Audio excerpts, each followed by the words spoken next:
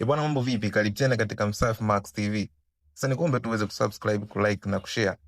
Sasa hii ni kwa wale wote watumiaji wa Halotel. Nataka kufundisha jinsi gani unaweza kujua kwamba line yako ya Halotel ina uwezo wa kugawa au kuuza bando. Sasa unatakiwa kufanya ni kunifuatilia tu kwenye hii video mwanzo mpaka mwisho. Nikuombe tu usiweze kuskip video.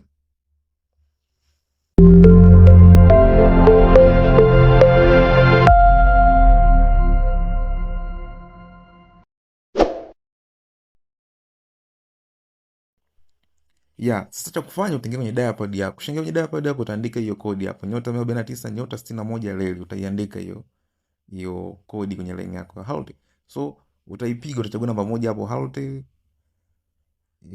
Kwa utasubiri ifunguke. Kwa unaona itafunga, kwa itakuletea vifurushi vya mwezi, mfano kama internet combo. Kwa sisi tunaenda kuchagua namba moja internet.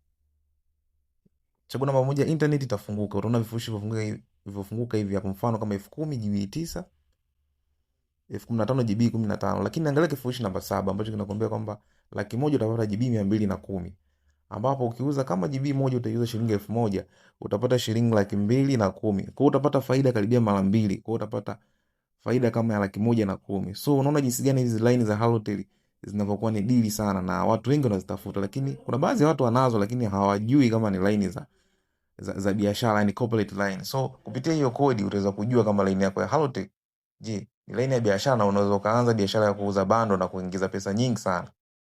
Kwa unachotakiwa kufanya tu ni kwenda kupiga hiyo kodi kwenye line yako ya Halotel, na ukiona imefunguka hivyo na kukuletea vifurushi, maana yake hiyo line yako ya Halotel tayari wewe hiyo ni dili na tayari hiyo ni pesa unayo. Kwa hiyo unachotakiwa kufanya, unaweza ukaanza kuuza bundles na kuingiza pesa nyingi sana. Sasa mimi nikuombe tu uweze kusubscribe, kulike na kushare, na hivi ndivyo ambavyo huaga tunafanya kila siku.